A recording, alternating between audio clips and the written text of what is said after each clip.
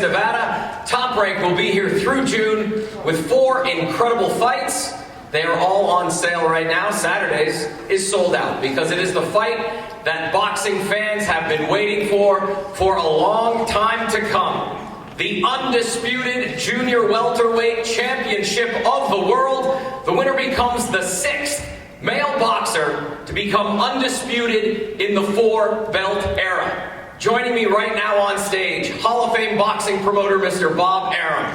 To my right, Jose Ramirez, the WBC and WBO champion, 26-0, 17 KOs. To my left, Josh Taylor, the WBA, IBF, and Ring Magazine champion, 17-0, 13 KOs. I'm excited. Bob, the first one to you. How excited are you for Saturday night? Well, I'm really excited, and it's only appropriate. Last June, in the middle of the pandemic, we decided that we would continue to put on boxing events, and we did them in the bubble. We did about 40 events with no spectators, and we went through the pandemic. And now, at the end of this pandemic, which will take place the end on May 22nd, we have the best fight of the whole pandemic experience. So I am really excited because this fight, you don't have to sell anything about the fight. You just mention the 2 fighters, 2 undefeated fighters, each with 2 of belts of the organization, a really true unified championship. And we thought for the Brits out here that we'd be having another one in August, but I guess that'll be delayed. And but at least here we are now with a true unification match. And we're not wearing masks. That's right. And look. I mean, don't get me started. I kind of wanna. But the White House announced today that they are having meetings at the White House. No social distancing, no mask. Take off your goddamn masks out there. Anybody who hasn't been vaccinated and gets the COVID, it's on them. The pandemic is over. I love it. And look, I want to talk something because there's Brits out here. Can you believe that in this country there is a ban, a travel ban, on our cousins from Britain and our cousins from the EU. They can't come in here. Absolute travel ban. And I'll tell you why that's important. And a Ruski, he's not under a travel ban. Moscow, they don't care about COVID, they don't wear masks, they can come in. A Bulgarian can come in, but a Brit or a Scottish guy can't come in because of COVID. That is preposterous. President Biden, wake up. Wake up. I mean, this is important. This town relies on tourism. And how do you ban people from the UK, from France, from Germany? I mean, it's preposterous. And look, I want to just go and then I'll shut up. Take Josh Taylor. Josh from Scotland. Now, under the last administration, which I wasn't a big fan of, Top Rank was considered a sports league. So if we were doing an event and we had to bring somebody in from the UK, just put in an application, brought him in. When the new administration came in, they said we were in a sports league, so they knocked us off. And now we have to bring Josh in. So they said, what you have to do, listen to this, is have him go to Mexico and spend 2 weeks in Mexico, and then he could come in. Absolutely insane.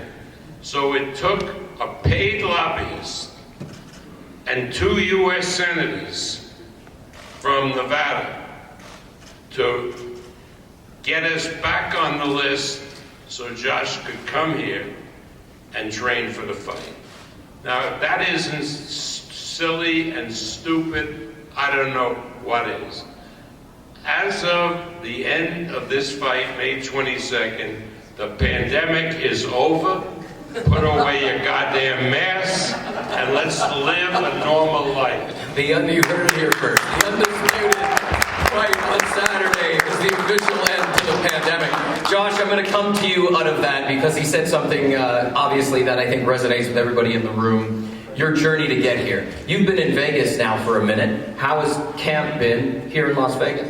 Yeah, it's been brilliant. I've loved every single minute of it. You know, just lapped up the whole experience. You know, rented a nice house outside of the Strip. Went seen the Strip, done a few bits of shopping, bit of normality. You know, back in Scotland, you know, it was literally going to the gym and back to the house. You couldn't go anywhere except maybe go to the shop to get groceries, and that was it. You know, you couldn't do anything. So after a number of weeks or a couple of months in camp, it was starting to get a bit frustrating. You know, a bit boring and a bit stale. So we come out here as early as possible, you know, and it lifted our team spirits. All the team spirits were all, you know, we're all bouncing off each other. We're going out and about, doing things, living normal life, you know. It felt great again. It felt great to be back to normal.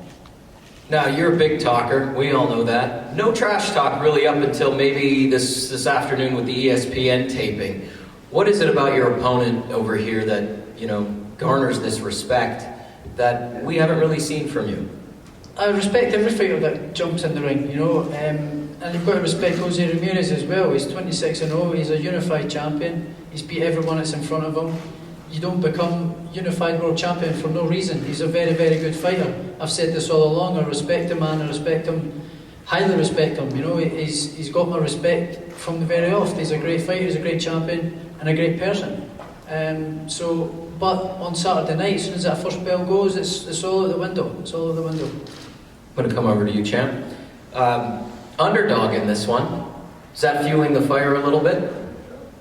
You know, to be quite honest, this is the biggest fight of my career, so I'm always going to, you know, for this fight, I was very motivated to train like the underdog, even if I was the favorite, you know, but that doesn't matter, you know.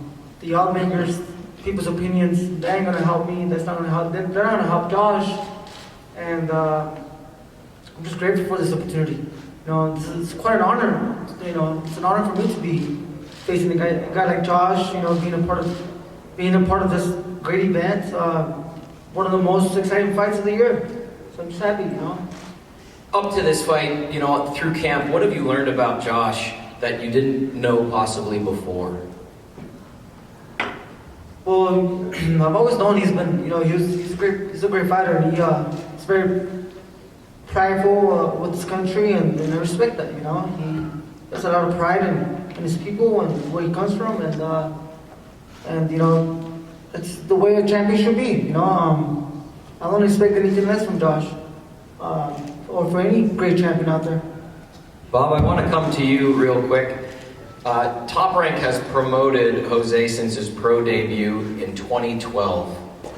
What can you say about how he has matured as a fighter and as a person?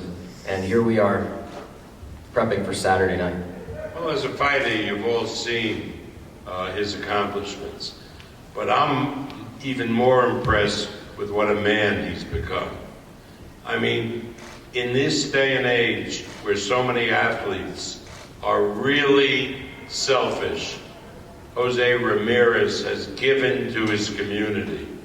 And I remember when this ridiculous environmental bill provided that water from lakes and streams go into the Pacific Ocean because there was something called delta smelts that nobody ever saw that were endangered species. And the poor farmers, not poor farmers, big, they supply all the fruit, all the vegetables, all the nuts that we eat, not only here, but all over the world. And Jose Ramirez was in the forefront with the fight for water so that these farms and the community and these workers who worked in the fields could be productive. and it was a tough fight, and it not only ended well when the drought was over, but it carried over to a policy where a big dam was built in the area so that the water could accumulate during times of drought. He was a hero. And then immigration.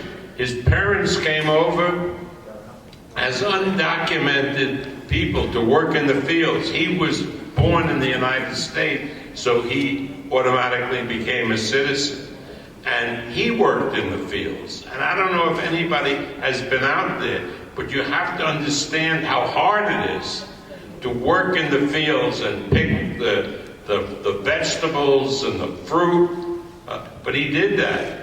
And he was able, through boxing, through support of people in that area, to become a member of the U.S. Olympic team, and then go on with this career and to be a world champion. So if people say to me, are you proud of Jose Ramirez? I will say, damn proud, because what he's accomplished has been absolutely tremendous, and it's a great American story. Thank you. Josh, you're fighting to become the first Scottish undisputed champion in the four-belt era. The second Scottish undisputed champion following Ken Buchanan. What would it mean to you, to your country, to your hometown? Yeah, this fight means the world to me. You know, it speaks for itself. You've just said it there. You know, to be the first person in the four-belt era in Scotland and from the UK, it's a massive piece of history. And in a sense, it puts my name in the legacy books and the history books. You know, as one of Scotland's best ever fighters, and you know, it's a real honour and motivation for me to do this. You know, I'm in this game to be the best and fight the best, and leave my name and history in the market in boxing. You know, so this is why I've trained so hard for this fight. You know, I've been away from home for about 6 months in this fight. You know, I've dedicated my whole life, adult life, to the sport for this moment in time. So I'm so confident leading up to this fight. It's just unbelievable. I know I've done everything right and to the best of my abilities. So I can't wait to get in there. And not only for myself, it's a massive fight. It's a massive fight for Jose as well. He's got the opportunity to become the first American and Mexican to do it as well and create history as well. So it's a massive fight for the two of us, and it's a great fight for boxing. This fight, it's a real pure boxing fight, and it's a great matchup. At what point in your career did you take notice of Jose and understand that, hey, I'm going to have to go through this guy eventually? He's been on the radar for quite some time. You know, I've known of him for a while. He's a good fighter. He's been making waves and doing well. So I've known of him for a while. When it started becoming sort of the next sort of opponent was after the Postal fight. You know, because I then become the #1 challenger for the WBC. But then the tournament, the WBSS, came around and decided to go into that. We could have possibly cross paths there, but Jose decided not to go on it, and we could have already decided who is the best. It's funny you mentioned the Postal fight, because I noted here you had 3 training camps to get to that one. We talked about that the last time we were together. How much different or better or worse has this camp been now that the path was a little bit clearer defined? Yeah, you know, this was a perfect training camp as compared to the ones last year. You know, it's just a lot of frustration. The way I train really hard. So when I put through, you know, almost a whole year of training, you know, that's a lot of wear and tear to my body. You know, I only know how to go one pace. You know, I respect the sport of boxing so much that every session I want to make sure I do my best and I be better. So I got back after the Postal fight, which was a little underwhelming fight. I mean, there wasn't too much action. You know, I was never hurt. He was never in control. There was very little bit of action. It was a very underwhelming fight. Every time I landed, he was respecting me, and you know, just I think my problem in that fight was just my lack of activity.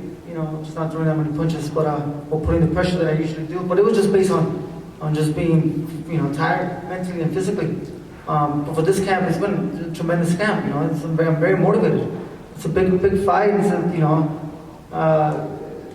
God willing, I become the next undisputed world champion. That's going to bring a lot of glory to my family and to, both demographics, the Mexican demographics and the Mexican American demographics. So it's a beautiful thing, to be able to share that type of glory with so many people. So I'm looking forward to that. We asked our social media following on Top Rank Boxing to follow us, hit us up on social, and provide a few questions. And we hit at this a little earlier, but at Enrique Rios sent in this question: What would becoming the first ever 4-belt champion of the Mexican descent mean to you? It would be quite an honor and a blessing. It'd be a beautiful thing. And to be honest, I'm so focused on the fight that I'm just thinking about today and tomorrow, and then making weight and then feeding my body the proper nutrients to feel strong on Saturday and just go out there and perform. But I'm definitely enjoying every single moment of this experience, and this is something I could always speak to my kids about. My kids, my kids, and it's part of my legacy. Josh, we had a question come in for you from social. The handle @thebatboxer. His question was: If you win on Saturday, would you consider yourself the pound-for-pound best? No, I wouldn't think so. But I would say it's got to be in there. It's got to be in the pound-for-pound list, But I wouldn't say the best. I'm not going to disrespect other fighters, but it's got to be up there, certainly, for sure. I think I'm number 9 at the minute, so if I win this on Saturday, yeah, it's got to go up a couple of notches, yeah. You knew what number you were, so you're paying attention now. Yeah. Bob, go ahead. Listen, I'm telling the winner, whoever wins the fight, don't claim to be the best pound-for-pound fighter, because Tyson Fury is coming, and he's going to be in the audience, and don't tangle with Tyson Fury. Josh, one more from another follower on social, @Jacob_to_Tartan. He said, what round? I don't know, but I really am confident in getting the KO on Saturday, that's for sure. Another comment we had on social media from @StayHumble was simply, this is what boxing is all about. That's correct. And I would have to agree, and I think everybody in this room would have to agree. And with that, gentlemen, we're going to conclude this conversation. If you could put your mics on your chairs, hit those X's right there at the front of the stage for your first face-off of the weekend. I don't know about you, but everybody who's watching, this is going to be one for the ages. The undisputed junior welterweight championship of the world. Gentlemen, thank you so much for your time. Make your way down there. Bob, thank you very, very much. Ladies and gentlemen, tuning it in, it goes live on ESPN, ESPN Plus, and ESPN Deportes. Our first bell is at 1:45 p.m. exclusively on ESPN Plus. As always, this is Top Rank. This is boxing. We'll see you tomorrow for the weigh-ins.